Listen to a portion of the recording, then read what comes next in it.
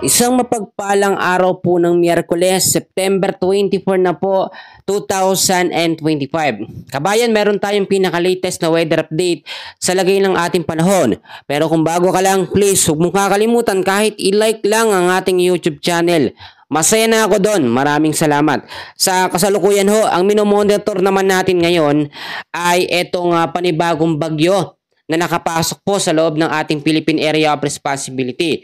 Tinatawag ko, may pangalan nito ngayong Bagyong Opong, pang-15 bagyo po ngayong 2025. So alamin natin yung mga lugar na kanyang dadaanan at yung landfall scenario, yung direktang mga lugar na matatamaan at kung ito po ba ay magiging isang ganap na super typhoon din kagaya ni Bagyong Nando. So ito na ho, no? Sa pinaka-latest na update natin, ito pong si Bagyong Opong ay namataan 1,045 kilometers east of northeastern Mindanao.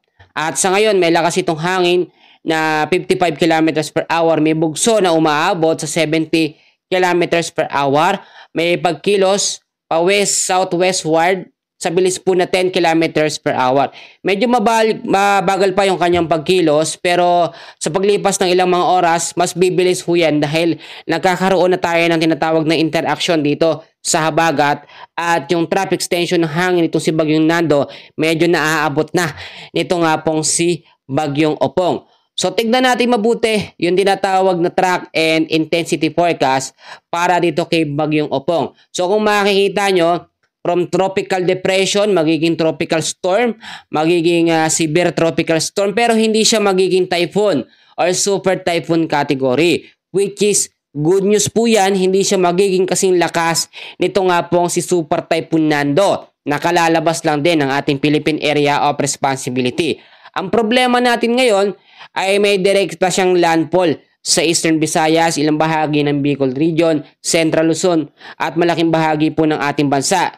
Kung makikita nyo mga kaibigan, yung chance na mag-record or magbago yung kanyang kilos or galaw, medyo maliit pa yung chance sa ngayon. Dahil nga po, wala tayong high pressure sa taas, nahahatak po sa kanya. Ang humahatak dito kay Bagyong Opong ay yung malakas na hangin po ni Bagyong Nando kasama na etong habagat or southwest monsoon na pinapalakas ngayon ng bagyo. So ngayon, alamin naman natin yung mga lugar na dadaanan niya sa mga susunod po na mga oras para din makapaghanda ho yung ating mga kababayan sa mga lugar na madadaanan nito. Ngayong alas 2 po ng madaling araw, no, ay dumaan siya 980 kilometers east of northeastern Mindanao. Pagmaya naman pong alas 2 ng hapon, dadaan naman siya 800 kilometers east of northeastern Mindanao. Medyo lumalapit na siya, no, kung napapansin ho ninyo.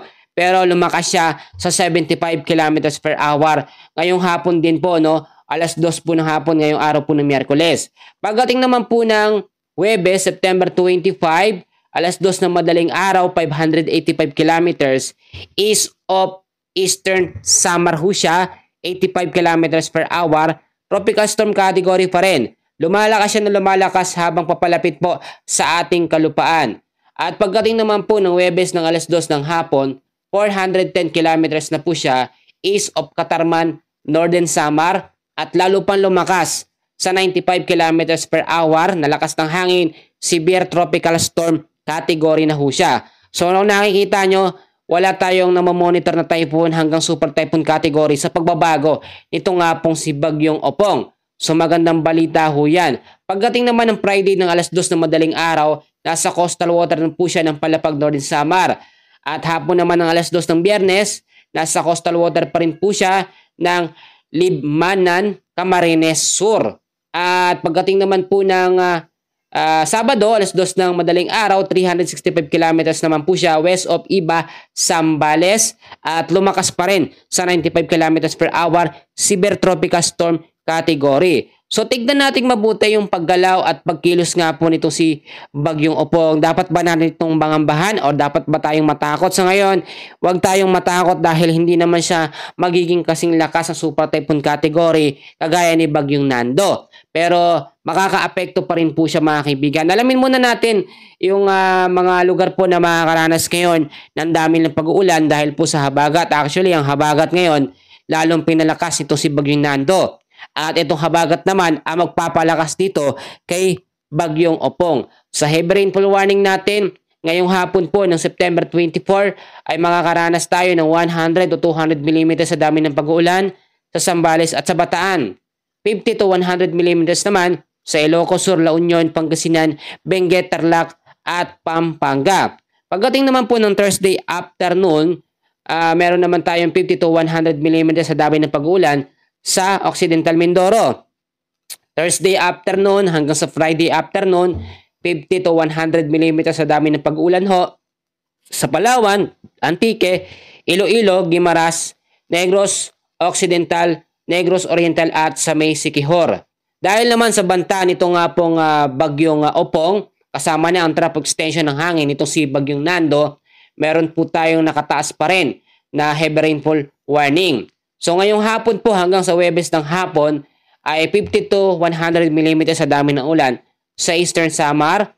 Pagdating naman ng Thursday afternoon hanggang sa Friday afternoon, 100 to 200 mm sa dami ng pag-uulan pa rin sa Catanduanes, Albay, Sorsogon, Northern Samar, Eastern Samar. Mga lugar ho na yan. 50 to 100 mm sa dami pa rin ng pag-uulan.